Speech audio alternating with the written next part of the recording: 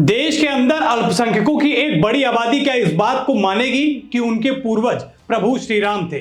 ऐसा कहा है उत्तर प्रदेश के मुख्यमंत्री योगी आदित्यनाथ ने। और योगी का ये बयान जो है बड़ा ऐतिहासिक है। शायद मुसलमानों के लिए ये जो बयान दिया गया है, वैसे उन्होंने नाम तो नहीं लिया, लेकिन ये बयान बड़ा ऐतिहासिक माना जा रहा है। इस चर्चा में शामिल होंगे मेरे साथ संदीप जी। संदीप जी आइए, चर्चा में स्वागत है। दर्शकों को बताइए कि योगी का ये बयान क्या कहाँ इशारा कर रहा है, क्या मुस्लिमों की तरफ इशारा कर रहा है, कुछ बताएं।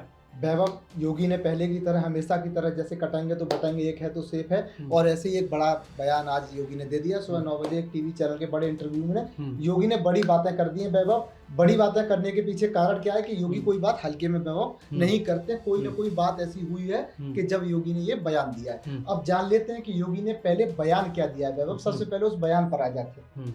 देखिए वैभव, योगी का जो बयान है वो दर्शकों को क्लियर पढ़ा देना चाहिए और बता देना चाहिए कि योगी ने एग्जैक्ट बोला क्या है, क्यों बोला है, वो अभी आने वाली 1 मिनट में बताएंगे। बिल्कुल, देखिए योगी का जो बयान है, उन्होंने कहा कि एक बड़ा इस्लामिक राष्ट्र भगवान राम को अपना पूर्वज मानता है। ये साफ तौर पर इंडोनेशिया की तरफ इशारा किया गया।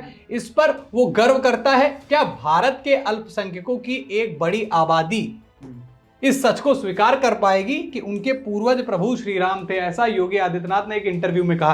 संदीप जी, इसको कहने के पीछे का क्या कारण हो सकता है? योगी ने ऐसे क्यों कहा है? देखिए वैभव, योगी ने कहा ही नहीं है, कुछ चीजें एकदम क्लियर कर दी हैं, जैसे कि बड़ा इस्लामिक राष्ट्र, भगवान राम पूर्वज, तो चीजें क्लियर कर दी हैं। कहा ही नहीं है, एक संदेश भी दिया कि भाई स्वीकार कर लो, मान जाओ, क्योंकि दुनिया मानने लगी है।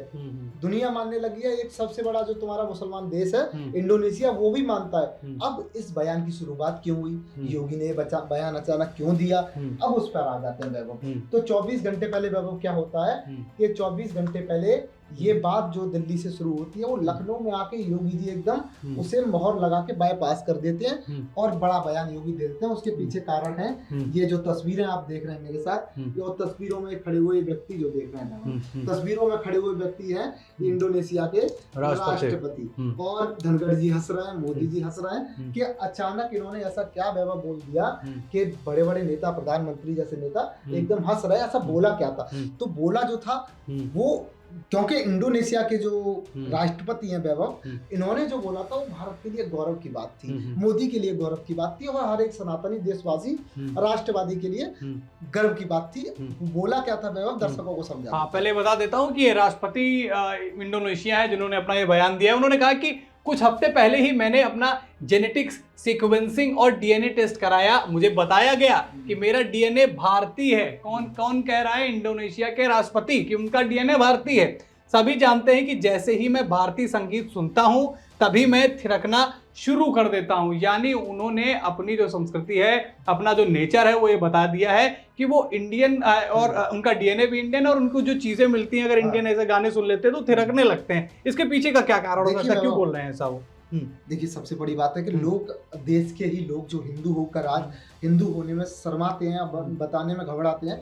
वैभव, ये जान लेना जरूरी है कि इंडोनेशिया के राष्ट्रपति कह रहे हैं कि डीएनए टेस्ट कराया, यानी इन्होंने खुद अपना डीएनए टेस्ट कराया और ये बता रहे हैं कि भाई इनका डीएनए जो है वो भारतीय है। मतलब लोग यहाँ देश के लोग हिंदू होने में शर्माते हैं, घबराते हैं, बताने में शर्मा जाते हैं, बताते नहीं है, टीका लगाने में घबराते हैं, कलाव बांधने में घबरा जाते हैं, और ये कह रहे हैं कि भैया हमारा डीएनए तो भारतीय है। जब भारतीय गाने बजते हैं तो मैं थिरकने लगता हूँ, मैं भारतीय संस्कृति को मानता हूँ। और यहाँ के लोग क्या करते हैं, सवाल उठाते हैं। अब ये जो बातें कर रहे हैं, ये हवा में बातें नहीं कर रहे हैं। थोड़ा सा इंडोनेशिया के कल्चर पर बात कर लेते हैं कि कैसे आज भी वैभव इंडोनेशिया में भगवान राम को मानने वाले किस तरीके से परंपराओं का आह्वान कर रहे हैं। वैभव देखिए, सबसे पहले अगर वहाँ की बात करें तो यहाँ राष्ट्रीय एयरलाइंस इंडोनेशिया की गरुड़ के नाम से है वैभव। अगर जब राजनाथ राफेल पर स्वास्थ्य चिन्ह का आकार बनाते हैं तो यहाँ देश के कुछ ही लोग हिंदू होकर भी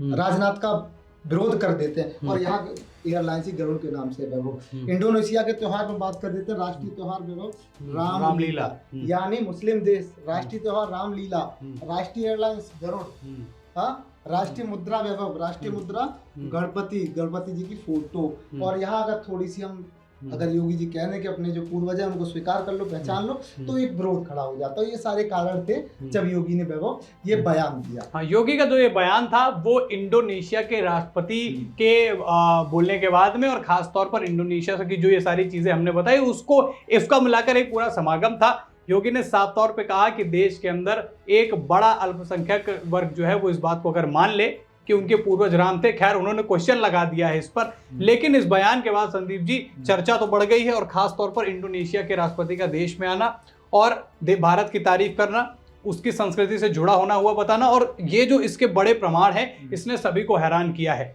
और क्या आप योगी के बयान से सहमत हैं? और साथ ही साथ इंडोनेशिया जो कि एक इस्लामिक कंट्री है, वहां पर जो है वो सनातन से जुड़े ऐसे नाम आते हैं, उस चीज को लेकर आप क्या सोचते हैं? आप हमें कमेंट में बता सकते हैं। वीडियो में इतना ही। वीडियो को लाइक और शेयर करें। चैनल पर नए हैं तो चैनल को जरूर सब्सक्राइब करें। फिर मुलाकात करेंगे एक नई खबर में। इस खबर में इतना ही। धन्यवाद।